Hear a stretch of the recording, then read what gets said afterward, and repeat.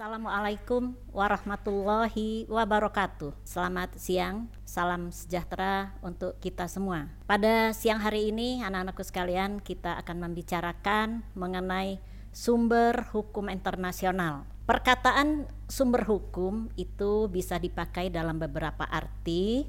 Yang pertama, dasar berlakunya hukum. Jadi yang dipertanyakan, apa sebab hukum itu mengikat? Nah, sumber hukum yang demikian ini dinamakan sumber hukum dalam arti material. Yang kedua, dipakai dalam arti di mana kita mendapatkan ketentuan hukum yang dapat diterapkan pada persoalan konkret. Ini dinamakan sumber hukum formal. Yang ketiga, dalam arti kekuatan atau faktor apa, politik, ekonomi, sosial, teknis, psikologis, dan lain sebagainya yang membantu pembentukan hukum, yang disebut sebagai sumber hukum dalam arti kausa. Dalam membicarakan sumber hukum internasional, di kalangan para ahli selalu merujuk kepada pasal 38 ayat 1 Statuta Mahkamah Internasional yang berbunyi sebagai berikut. Dalam mengadili perkara yang diajukan kepadanya, Mahkamah Internasional akan menggunakan yang pertama, perjanjian internasional, baik yang bersifat umum maupun khusus. Yang kedua, kebiasaan internasional. Yang ketiga, prinsip-prinsip umum hukum yang diakui oleh bangsa-bangsa yang beradab. Yang keempat, putusan pengadilan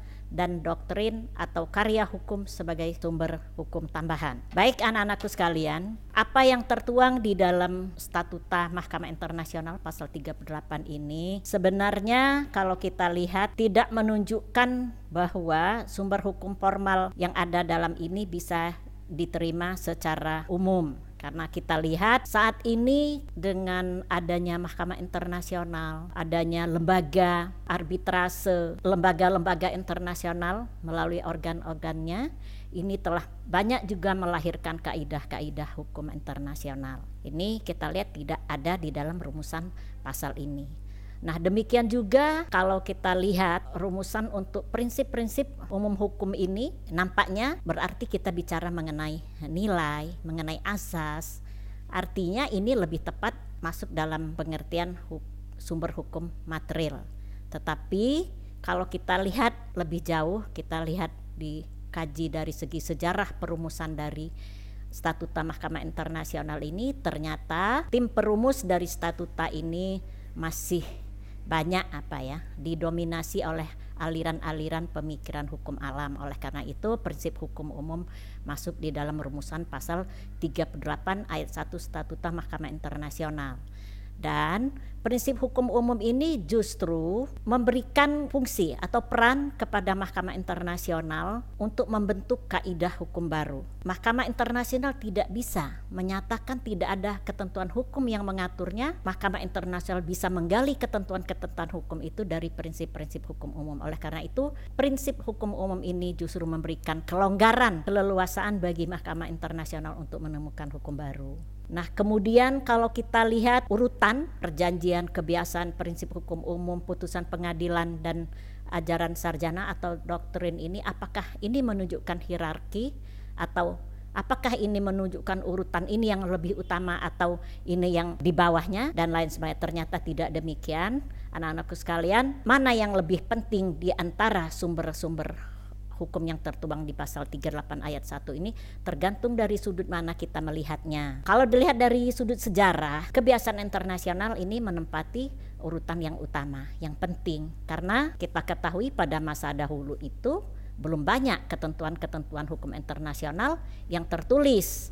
Ini yang bisa dijadikan acuan atau pedoman itu adalah sikap atau praktek dari negara-negara. Kemudian kalau kita lihat dari sisi kenyataan, faktual, saat ini perjanjian internasional justru menempati urutan yang paling utama. Karena hampir semua aspek kehidupan masyarakat internasional ini sudah diatur oleh perjanjian internasional. Lebih-lebih perjanjian internasional ini sifat tertulis lebih membawa kepada kepastian hukum. Dan tadi untuk prinsip hukum umum justru kalau dilihat dari segi fungsinya, dengan masuknya prinsip hukum umum ini, Mahkamah Internasional lebih leluasa untuk menemukan hukum baru. Yang keempat, putusan pengadilan dan doktrin atau karya hukum sebagai sumber hukum tambahan.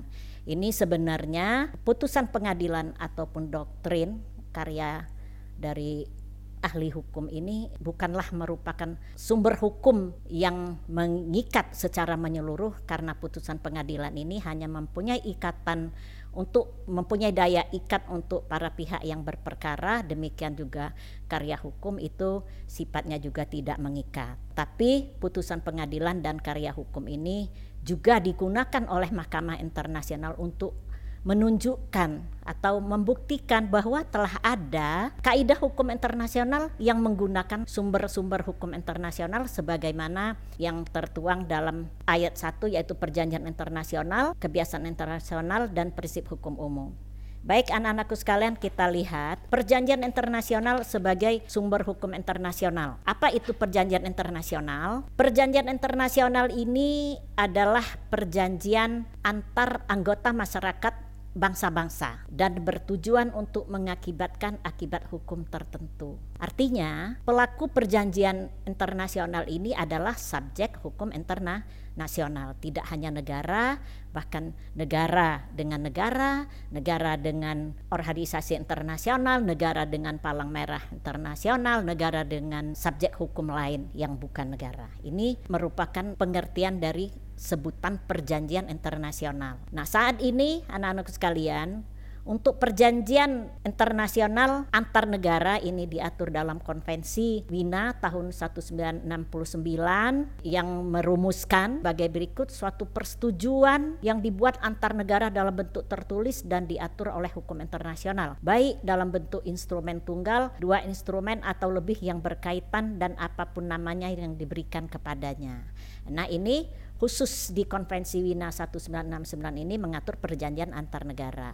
Kemudian sudah ada ketentuan-ketentuan hukum internasional yang berupa konvensi internasional itu di tahun 86, itu juga mengatur mengenai perjanjian internasional antar negara dengan organisasi internasional. Baik anak-anakku sekalian, perjanjian internasional yang dimaksudkan di sini, perjanjian internasional sebagai sumber hukum internasional, bisa kita kelompokkan atau kita klasifikasikan berdasarkan jumlah peserta atau juga berdasarkan kaidah hukum yang ditimbulkannya. Berdasarkan jumlah peserta, perjanjian internasional bisa dikelompokkan menjadi dua: perjanjian bilateral dan perjanjian multilateral. Sedangkan berdasarkan kaidah hukum yang ditimbulkannya, perjanjian dapat digolongkan menjadi dua: treaty contract dan law making treaty. Kita lihat untuk yang treaty contract ini merupakan perjanjian bilateral, bisa juga perjanjian trilateral, atau juga mungkin juga perjanjian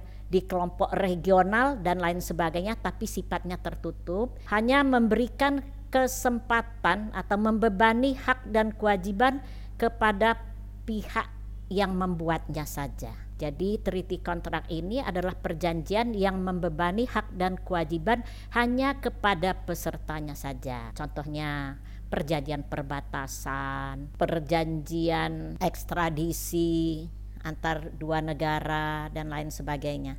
Ini jelas pesertanya saja yang terikat oleh isi perjanjian tersebut. Kemudian untuk yang law making treaty ini adalah perjanjian yang menciptakan kaidah hukum atau prinsip-prinsip hukum yang tidak hanya mengikat pada peserta perjanjian saja, tetapi juga dapat mengikat pihak ketiga. Jadi membebani hak dan kewajiban tidak hanya kepada peserta perjanjian tetapi kepada masyarakat internasional secara menyeluruh.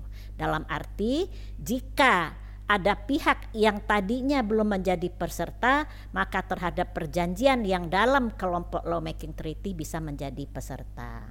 Nah, contohnya anak-anakku sekalian, Konvensi Wina 1961 tentang hubungan diplomatik, kemudian Konvensi Jenewa 1949 tentang perlindungan korban perang, dan yang terakhir itu dalam UNCLOS 1982. Ini merupakan perjanjian dalam kelompok yang disebut dengan lawmaking treaty. Artinya memberikan kesempatan kepada pihak yang tidak ikut serta untuk menjadi peserta perjanjian. Kaitannya dengan perjanjian internasional sebagai sumber hukum, untuk yang lawmaking treaty ini bisa menjadi sumber hukum internasional secara langsung.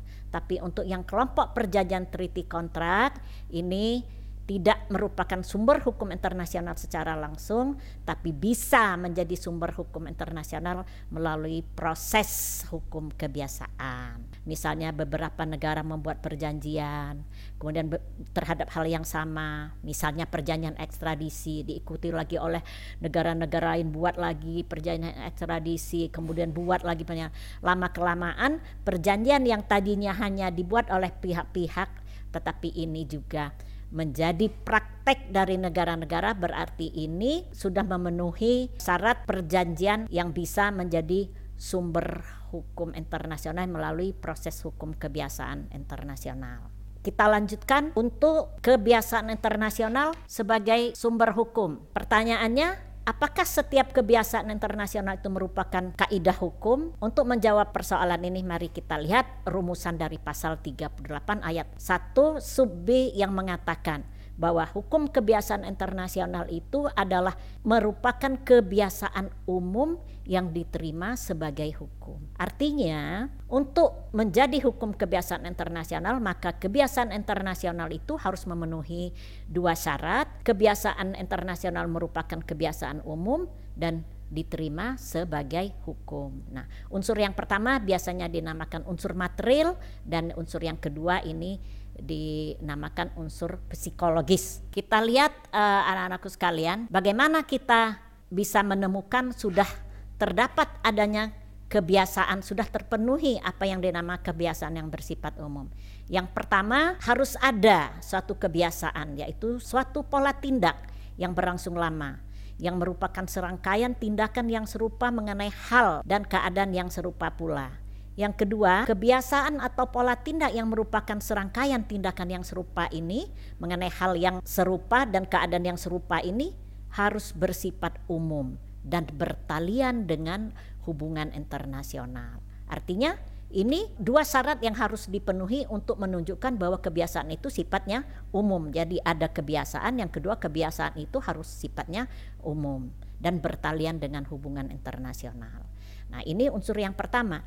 Yang unsur berikutnya itu adalah kebiasaan internasional itu harus diterima sebagai hukum. Ini disebut dengan unsur psikologis yang menghendaki bahwa kebiasaan internasional ini dirasakan memenuhi suruhan kaidah atau kewajiban hukum yang dalam bahasa Latinnya disebut dengan opini juris sive necessitatis. Jadi untuk melihat apakah kebiasaan internasional ini sudah memenuhi suruhan kaidah atau kewajiban hukum dari masyarakat internasional, salah satu yang bisa menjadikan indikator bahwa di sini tidak ada penolakan terhadap apa yang sudah dipraktekkan. Ini merupakan suatu indikatornya.